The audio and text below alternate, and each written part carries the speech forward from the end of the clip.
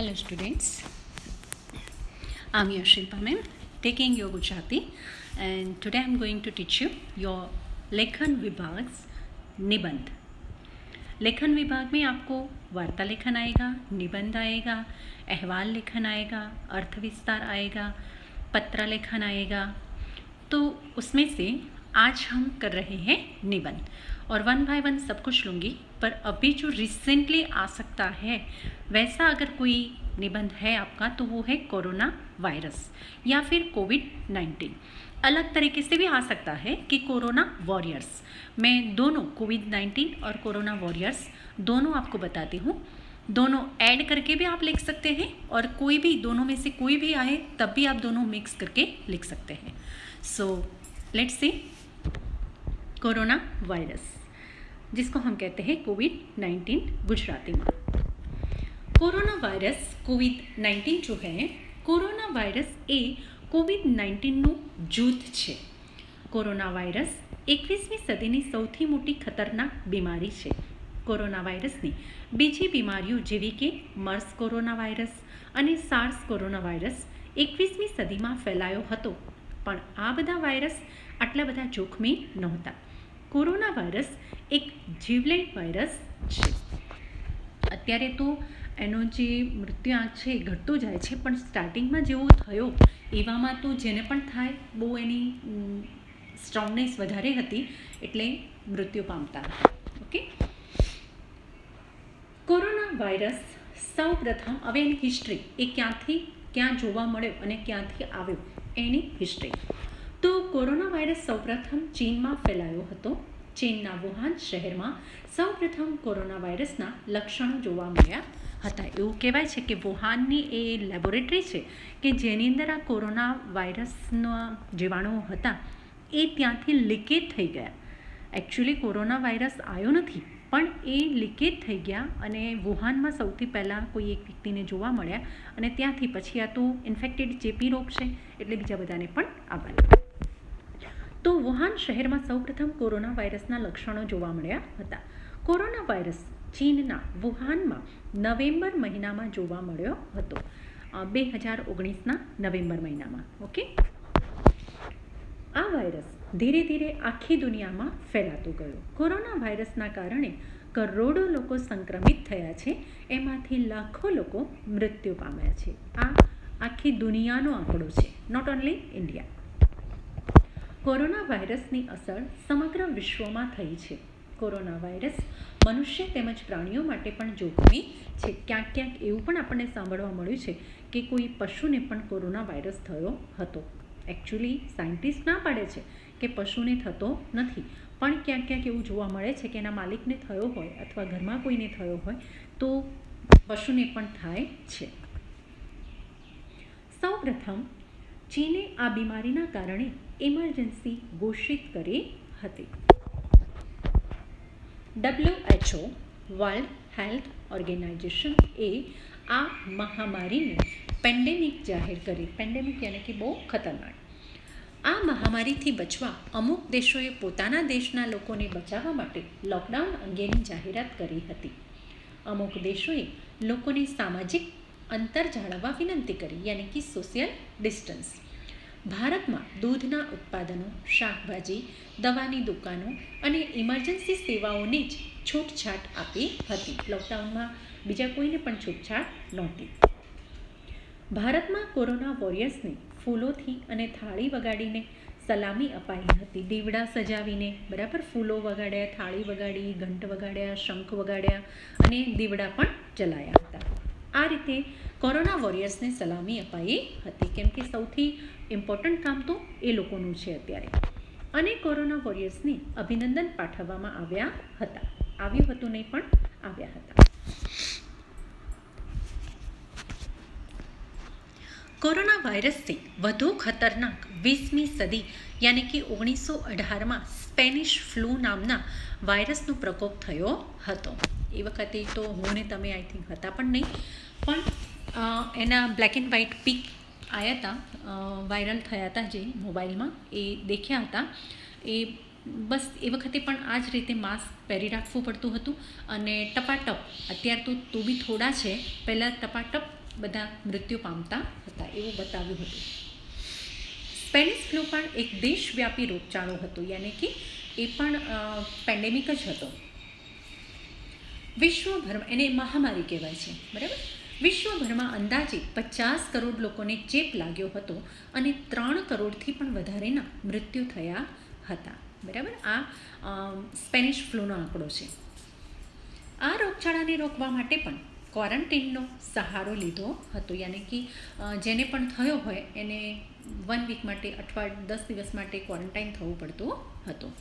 આપણે ઇતિહાસનું ફરીથી પુનરાવર્તન ન થાય એના માટે પૂરેપૂરી કાળજી લેવી જોઈએ અને સરકારે જે આદેશ આપ્યા છે એનું પાલન કરીને એક આદર્શ નાગરિક બનવું જોઈએ.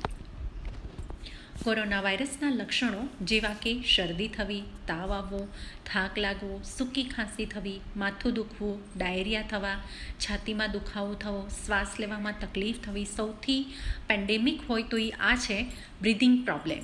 જેને પણ બ્રીધિંગ પ્રોબ્લેમ થાય એને તાત્કાલિક હોસ્પિટલમાં પહોંચી જવું જોઈએ અને પહેલાં કોરોના ટેસ્ટ કરાવવાનો અને જો તમે પોઝિટિવ હોય તો એડમિટ જ થઈ જવાનું. તો શ્વાસ લેવામાં તકલીફ થવી, ગળામાં દુખાવો, માંસપેશીઓમાં સોજો આવવો, આ બધા લક્ષણો WHO દ્વારા જાહેર કરવામાં આવ્યા છે. ડાયાબિટીસ, કિડનીની બીમારીઓ અને અસ્થમાની બીમારીઓવાળા દર્દીઓ માટે કોરોના વાયરસ વધારે જોખમી છે. એમ પહેલેથી એના શરીરમાં વ્યક્તિના કોઈ પણ આવી આ 3માંથી કે બીજી કોઈ પણ ભયાનક બીમારી હોય તો પછી એની જે ઇમ્યુનિટી પાવર છે એ એનો ઓછો થઈ જાય છે અને કોરોના વાયરસ એના માટે વધારે જોખમી સાબિત થાય છે. અત્યાર સુધીના આપણે જે મૃત્યુઆંક દેખ્યા એમાં પણ ખાલી કોરોના વાયરસથી મૃત્યુ થયા હોય એવા રેરલી છે, પણ કોરોના વાયરસની સાથે સાથે આવી કોઈ ભયંકર બીમારી હોય તો એ બીમારીને લીધે પણ એમના મૃત્યુ થયેલા જોવા મળે છે. કોરોના વાયરસમાં નાના બાળકો અને મોટી ઉંમરના લોકોએ વધારે ધ્યાન રાખવું જોઈએ, કેમ કે નાના બાળકો અને મોટી ઉંમરના યાની કે 60+ યા 55 યા 50+ છે એ લોકોની ઇમ્યુનિટી સિસ્ટમ થોડી વીક થઈ ગઈ હોય છે, એટલે એમને જલ્દીથી એમના લંગ્સ છે એ ઇફેક્ટેડ થઈ જાય છે. કોરોના વાયરસથી બચવાના ઉપાયો એમાં નંબર 1 એવો છે કે સાબુ અથવા સેનિટાઈઝરથી નિયમિતપણે આપણા હાથ ધોવા જોઈએ, કારણ કે આપણે કોઈ કોરોના વાયરસના સંપર્કમાં આવ્યા હોય તો તરત જ આપણે સેનિટાઈઝર કર્યું હોય અથવા સાબુથી હાથ ધોયા હોય તો આપણને ચેપ લાગવાની શક્યતા ઓછી રહે છે. આપણને એમ પણ કહેવામાં આવ્યું છે કે દિવસ દરમિયાન તમારે બને એટલું ગરમ પાણી પીવાનું, જેથી કરીને તમારા ગળાની અંદર જે વાયરસ હોય એ જઠરમાં પહોંચી જાય અને ત્યાં તો એસિડ ખૂબ હોય છે એટલે ત્યાંથી ડાયરેક્ટ બહાર નીકળી જાય છે, લંગ સુધી પહોંચતો નથી. અને જે નાકમાં છે એના માટે થઈને બાફ લેવાનું, તો એ બાફ લેવાથી પણ નાકમાં રહેલા વાયરસનો નાશ થાય છે, કેમ કે ગરમીથી વાયરસ ટોટલી નાશ તો પામતો જ નથી પણ થોડોક વીક થાય છે, જેથી કરીને અસર ઓછી કરે અથવા તો ન કરે. સેકન્ડમાં છે માસ્ક ફરજિયાત પહેરવું જોઈએ, કારણ કે કોઈ કોરોનાગ્રસ્ત વ્યક્તિ ખાંસી અથવા છીંક ખાય તો એના જે ડ્રોપલેટ હોય છે એ ડ્રોપલેટમાં વધારે વાયરસ રહેલો હોય છે, તો એનો ચેપ આપણને લાગી શકે છે, એટલે માસ્ક ફરજિયાત પહેરવું જોઈએ. નંબર 3, જો તમને ખબર પડે અથવા જેવા ડાયોગ્નાઇઝ થાય કે તમે કોરોના પોઝિટિવ છો એવા જ તમારે સ્વયં અથવા તો લક્ષણ દેખાય ત્યારથી તમારે સ્વયં ક્વોરન્ટીન થવું જોઈએ. જો કોરોનાના લક્ષણ આપણામાં દેખાય તો સ્વયં ક્વોરન્ટીન થવું જોઈએ, કેમ કે આપણી દુનિયાને આ જીવલેણ વાયરસથી બચાવવા માટે સ્વયં ક્વોરન્ટીન થવું એ જ શ્રેષ્ઠ વિકલ્પ છે, જેનાથી આપણે આપણા પરિવારને, આપણા અડોસ પડોશને, આપણી સોસાયટીને, આપણા ગામને, આપણા રાજ્યને અને આપણા દેશને અને આખી દુનિયાને આપણે બચાવી શકીએ છીએ. ચોથું છે સામાજિક અંતર જાળવવું જોઈએ. જો આપણે સામાજિક અંતર યાની કે સોશિયલ ડિસ્ટન્સ જાળવીએ તો આપણે કોરોના વાયરસથી બચી શકીએ છીએ. આપણે 1 મીટરથી વધારે સામાજિક અંતર રાખવું જોઈએ અને માટે જ અત્યારે સ્કૂલો બંધ છે, કેમ કે જ્યાં સ્ટ્રેન્થ ઓછી છે ત્યાં તો સોશિયલ ડિસ્ટન્સિંગ જળવાય છે, પણ જ્યાં સ્ટ્રેન્થ વધારે છે ત્યાં બાળકો વચ્ચે સોશિયલ ડિસ્ટન્સિંગ ન જળવાય માટે અત્યારે સ્કૂલો પણ બંધ છે. આપણે કોરોના વાયરસથી બચવા માટે કાળજી લેવી જોઈએ, જેવી કે વિટામિન સી વાળા ફળો ખાવા જોઈએ. વિટામિન સીની ટેબ્લેટ આવે છે એ પણ રોજની એક લેવી જોઈએ. રોગપ્રતિકારક શક્તિ વધારવા માટેના ઉપાયો કરવા જોઈએ. ચ્યવનપ્રાશ વગેરે સવારે નરણા કોઠે ખાવું જોઈએ. ગરમ પાણી વધારે પ્રમાણમાં પીવું જોઈએ. પ્રાણાયામ યાને અનુલોમ વિલોમ છે, પ્રાણાયામ છે, પછી ભ્રસરિકા છે, આ બધા યોગ કરવા જોઈએ. આ સિવાય આરોગ્ય વિભાગે જાહેર કરેલા ઉપાયો કરવા જોઈએ, યાની કે એક ગોલ્ડન મિલ્ક એ પણ આરોગ્ય વિભાગે કહ્યું છે. હળદરવાળું દૂધ એ પણ સવારે અથવા સાંજે એક ટાઈમ પીવું જોઈએ. તો ચાલો દુનિયાને બચાવીએ, ઘરે રહીએ અને સલામત રહીએ. બરાબર. તો આ તમારો COVID-19નો નિબંધ હતો. અને હવે જુઓ કોરોના વોરિયર્સ નિબંધ 200 શબ્દોમાં છે. પણ મેં તમને કહ્યું એમ કોરોના વોરિયર્સ આવે તો પણ તમે COVID-19 અને કોરોના વોરિયર્સ બંનેને એડ કરી શકો છો, મિક્સ કરી શકો છો. અને COVID-19 આવે ત્યારે પણ કોરોના વોરિયર્સનો એમાં ફાળો શું છે, એ શું કરે છે, તો એ પણ તમે અંદર એડ કરી શકો છો. બંને મિક્સ કરીને કોઈ પણ નિબંધ પૂછાય બેમાંથી કોઈ પણ COVID-19 અથવા તો કોરોના વોરિયર્સ, તો તમે બંને મિક્સ કરીને લખી શકો છો. તો સૌથી પહેલાં તો એની પ્રસ્તાવના છે. કોરોના વોરિયર્સ એટલે કોરોના વાયરસ સામે યુદ્ધ લડનાર યોદ્ધાઓ. કોરોના વાયરસ આજે આખા વિશ્વમાં ભારે તબાહી મચાવી રહ્યો છે. કોરોના વાયરસ સામે જંગ લડનાર દરેકને કોરોના વોરિયર્સ કહી શકાય. આ હિસાબે મેડિકલ કર્મચારીઓ, સફાઈ કર્મીઓ, પોલીસ અને સુરક્ષા જવાનો, પત્રકારો, સમાજસેવકો વગેરેને કોરોના વોરિયર્સ કહી શકાય. હવે તમને એમ થશે કે કોરોના વોરિયર્સ એટલે શું? મેડમે કહ્યું તો ખરા કે કોરોના વોરિયર્સનો નિબંધ આવે, પણ કોરોના વોરિયર્સ એટલે શું? જે કોરોના સામે ડાયરેક્ટ સંપર્કમાં આવે છે એ લોકોને આપણે કોરોના વોરિયર્સ કહીએ છીએ. તો આ બધા જે બતાવ્યા ઉપર એ બધા જ કોરોના વોરિયર્સમાં આવી શકે છે. એલાની જંગ આ બીજો એક ટૉપિક છે. એનો તમને પોઈન્ટ મળે છે અને પોઈન્ટ ઉપરથી નિબંધ લખવાનો હોય છે. તો એલાની જંગ આપણા માનનીય વડાપ્રધાન નરેન્દ્ર મોદીના આહવાન સાથે જ કોરોના વોરિયર્સ આ જંગમાં જોડાઈ ગયા છે. કેટલાય કોરોના વોરિયર્સે આ જંગમાં પોતાના જાનની આહુતિ આપી દીધી છે. જે સાચા કોરોના વોરિયર્સ છે એ લોકોને તો એમને ખબર છે કે અમે વાઘના મુખમાં હાથ નાખી રહ્યા છીએ, અને એમ છતાંય એમની ફરજ નિભાવી રહે છે અને નિભાવતા મૃત્યુ પણ પામ્યા છે. દેશના સાચા હીરો ફિલ્મ સ્ટાર્સ, ક્રિકેટર્સ કે કોઈ રમતવીર નહીં, પણ આ કોરોના વોરિયર્સ દેશના સાચા હીરો છે. દેશના સાચા રણબંકાઓ છે. બરાબર. જે રણ મેદાનમાં લડે યુદ્ધ એને જ રણબંકાઓ નથી કહેવાતા, પણ આવા પેન્ડેમિક રોગની સામે લડે એને પણ રણ યોદ્ધાઓ અથવા તો રણબંકાઓ કહેવાય છે. ત્રીજા નંબરનો એક ટૉપિક છે કોરોના વોરિયર્સની ભૂમિકા. હવે ભૂમિકા મતલબ એમનું કાર્ય શું એમાં. તો કોરોના દર્દીઓની સારવારમાં રોકાયેલ દરેક મેડિકલ કર્મચારીઓ આ જંગના મુખ્ય યોદ્ધાઓ છે. એમાં કોણ કોણ છે? ડૉક્ટર્સ, નર્સો, સફાઈ કર્મીઓ, પટ્ટાવાળાઓ દર્દીઓની સારવાર કરીને નવું જીવન બક્ષે છે. ક્યારેક તો આ યોદ્ધાઓ પણ રોગનો ભોગ બને છે. ઉનાળાની કાળઝાળ ગરમી, એવું કહેવાય છે કે 24% વધારે 24%થી ઓછું હોય તમારું જે કોરોના ટેસ્ટ, યાની તમારું જે સીટી છે, કોરોના ટેસ્ટ, કોરોના પોઝિટિવ આવે તો એ તમારું જે સીટી ટેસ્ટ છે એ 24%ની અંદર આવે તો એ વધારે ઇફેક્ટેડ કહેવાય છે. એ બહુ બધાને અસર કરે છે. એટલે એને તો એક જ રૂમમાં પુરાઈ જવું જોઈએ, બારી બારણાં બધું બંધ 1 વીક સુધી, જ્યાં સુધી એને થોડીક રાહત ન થાય ત્યાં સુધી. અને 24% અપ હોય એ લોકોનું જોખમ ઓછું છે. બીજા કોઈને ચેપ લાગે એનું જોખમ એમને ઓછું છે. બરાબર, આવું કહેવાય છે. તો એ પણ રોગનો ભોગ બને છે.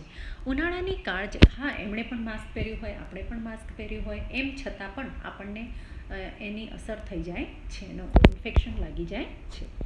ઉનાળાની કાળઝાળ ગરમી પોલીસ કર્મીઓ અને સુરક્ષા જવાનો પણ પોતાની ફરજ ગરમીમાં, બરાબર, ઉનાળાની કાળજાળ ગરમીમાં, કેમ કે આપણે માર્ચ મહિનામાં, માર્ચ, એપ્રિલ, મે, જૂન, જુલાઈ, ઓગસ્ટ, આ બધા જ ગરમીના દિવસો હતા.